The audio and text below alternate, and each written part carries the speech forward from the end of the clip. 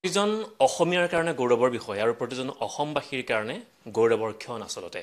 যিটো সময়ত অসমীয়া ভাষাটো অসমীয়া জাতিটো সংকটাপন্ন হৈছে বুলি বিভিন্নজনে মত পোষণ কৰি আহিছে আৰু যোৱাকালি এটা খবৰ সকলোকে আচলতে উৎফুল্লিত কৰি তুলিছে খবৰটো হ'ল যে অসমীয়া ভাষাই ধ্ৰুপদী ভাষাৰ স্বীকৃতি লাভ কৰিলে আৰু এই খবৰটো বিবি পৰাৰ লগে লগে অসমীয়া সাহিত্য জগতৰ লগত জড়িত অসমীয়া জাতিটোক ভাল পোৱা প্ৰতিজন অসমীয়া আচলতে আনন্দিত হৈ পৰিছে আৰু এই মুহূৰ্তত মোৰ লগত উপস্থিত আছে অসম সাহিত্য সভাৰ বৰ্তমানৰ সভাপতি ডক্টৰ সূৰ্যকান্ত হাজৰিকা মই ছাৰ আপোনাৰ ওচৰলৈ আহিছোঁ প্ৰতিজন অসমীয়াৰ কাৰণে আচলতে গৌৰৱৰ ক্ষণ প্ৰতিজন অসমৰ কাৰণে এটা গৌৰৱৰ খবৰ অসমীয়া জাতিয়ে গৌৰৱ কৰিব পৰা এটা বিষয় অসম সাহিত্য সভাৰ মোৰ অগ্ৰজসকলৰ পৰাই এই প্ৰচেষ্টাটো আৰম্ভ হৈছিল আৰু আজি আমাৰ এই শুভক্ষণটো আমি পালোঁ যে ভাৰত চৰকাৰে অসমীয়া ভাষাক এটা ধ্ৰুপদী ভাষা হিচাপে স্বীকৃতি জনাইছে এতিয়া প্ৰধান কৰ্তব্য হ'ল যে আমি এই স্বীকৃতিটো পোৱাৰ পিছত আমি অসমীয়া ভাষা সাহিত্যৰ কাৰণে আমাৰ অসমৰ জনসাধাৰণে বা অসম চৰকাৰে বা সৰ্বসাধাৰণ বুদ্ধিজীৱীসকলে কেনেধৰণৰ কাম কৰিব লাগিব যেহেতু ভাৰত চৰকাৰে এইটো স্বীকৃতি জনালে এটা ভাৰতৰ অন্যতম প্ৰাচীন ভাষা গতিকে এতিয়া আমাৰ কথা আহিব যে ভাৰতবৰ্ষৰ অন্যান্য প্ৰাচীন ভাষাসমূহৰ তুলনাত অসমীয়া ভাষাৰ শ্ৰেষ্ঠত্বটো কি ক'ত কোন বিষয়বিলাকত অসমীয়া ভাষা শ্ৰেষ্ঠ বুলি প্ৰতিপন্ন কৰিব পৰা যাব নিশ্চিতভাৱে আজিৰ পৰা প্ৰায় ১,৫০০-২,০০০ বছৰ আগৰ পৰা যিহেতু আমাৰ ভাষাটো প্ৰচলিত হৈ আহিছে গতিকে মই ভাবোঁ যে বহু ক্ষেত্ৰত আমি অন্যান্য ভাষাতকৈ বিভিন্ন ক্ষেত্ৰত আমাৰ এটা নিজস্বতা এটা বিশেষ গুৰুত্ব থকা বিষয়সমূহ আছে সেইখিনিক আমাৰ গৱেষকসকল এতিয়া ইয়াত নিমগ্ন হ'ব লাগে মই ভাবোঁ আৰু এই গৱেষকসকলে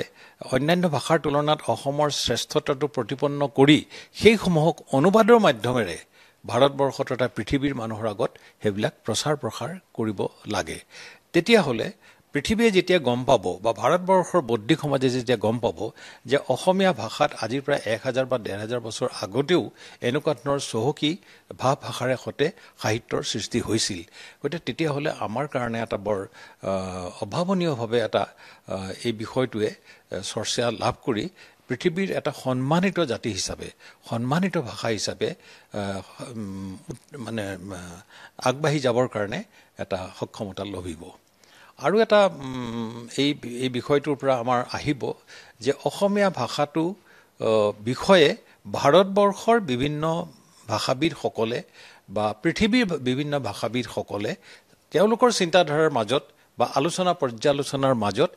আমাৰ বিষয়টোক সাঙুৰি ল'ব এতিয়া তেওঁলোকৰ গৱেষকসকলেও অসমীয়া ভাষাৰ সম্পৰ্কত তেওঁলোকৰ নিজৰ মাজত চিন্তা চৰ্চাৰে সৈতে গৱেষণা কৰি পেলাই কিছু বস্তু উলিয়াব আজি পৃথিৱীৰ প্ৰাচীন ভাষা হিচাপে যদি গ্ৰীক ভাষাৰ কথা কোৱা হয় বা অন্য কোনো সেই ধৰণৰ প্ৰাচীন ভাষাসমূহৰ বিষয়ে কোৱা হয় সেই ভাষাসমূহৰ লগত যে অসমীয়া ভাষাই স্থান লাভ কৰিবলৈ পালে গতিকে সেইটো এটা আমাৰ কাৰণে বিশেষ এটা মাত্ৰা লাভ কৰিলে বুলি আমি জ্ঞান কৰিছোঁ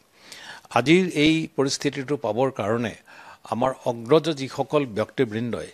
অহোপুৰুষাৰ্থ কৰিলে বা সময়ে সময়ে এই বিষয়বিলাক সংৰক্ষণ কৰিলে যেনে আমাৰ শিলালিপিবিলাক বা তাম্ৰলিপি বা ফলিলিপি যিবিলাক পুৰালিপি বুলি কয় মাটিত লিখি পুৰি পেলাই ৰাখি দিছিলে তেনেকুৱাবিলাক বা পিছৰ পৰ্যায়ত সাঁচিপতীয়া তাৰ পিছৰ পৰ্যায়ত মুদ্ৰণ এনেকুৱা এটা ধাৰা আজি ১,৫০০ বছৰৰ যে কৰি অহা বস্তুবিলাক যে সংৰক্ষণ কৰি ৰাখিলে বা আমাৰ গ্ৰন্থবিলাক উলিওৱা হ'ল যে আজিৰ পৰা প্ৰায় ১০০ বছৰ আগতে প্ৰকাশ পোৱা পদ্মনাথ বিদ্যা বিনোদ তেখেতৰ প্ৰাচ্য শাসনাৱলী বা ডক্টৰ মুকুন্দ মাধৱ শৰ্মাই লিখিছে এনচিয়েণ্ট আছামিজ ইনস্ক্ৰিপশ্যনছ বা ডক্টৰ মহেশ্বৰ নেওগে লিখিছে প্ৰাচ্য শাসনাৱলী এনেকুৱা ধৰণৰ বা কনকলাল বৰুৱাই কামৰূপ এৰা নামৰ যিটো আৰ্টিকল তেতিয়া উলিয়াইছিলে সেই তাত যিবিলাক তথ্য দিছিল এনেধৰণৰ বিজ্ঞ পুৰুষসকলে যে অসমীয়া ভাষাটোক আজিৰ পৰ্যায়ত আনিবৰ কাৰণে এটা সময়ত কষ্ট কৰি থৈ গ'ল মই অসম সাহিত্য সভাৰ হৈ সেইসকল পুৰুধা বিজ্ঞ ব্যক্তিসকলক আন্তৰিকভাৱে শ্ৰদ্ধা নিবেদন কৰিছোঁ আৰু এতিয়া এই ভাষাটোক এই পৰ্যায়লৈকে আনিবৰ কাৰণে অসমৰ বিভিন্ন সংস্থা অসম সাহিত্য সভাটো আছে লগতে অন্যান্য যিখিনি সংস্থা বা ব্যক্তিবৃন্দ ইয়াত সহযোগিতা আগবঢ়ালে আৰু অসম চৰকাৰে ভাৰত ভাৰতবৰ্ষৰ চৰকাৰক যিটো ধৰণে তেখেতসকলে সংযোগ ঘটাই পেলাই আমাক এই স্বীকৃতিটো অনাৰ ক্ষেত্ৰত সহায় কৰি দিলে এই সকলো লোকে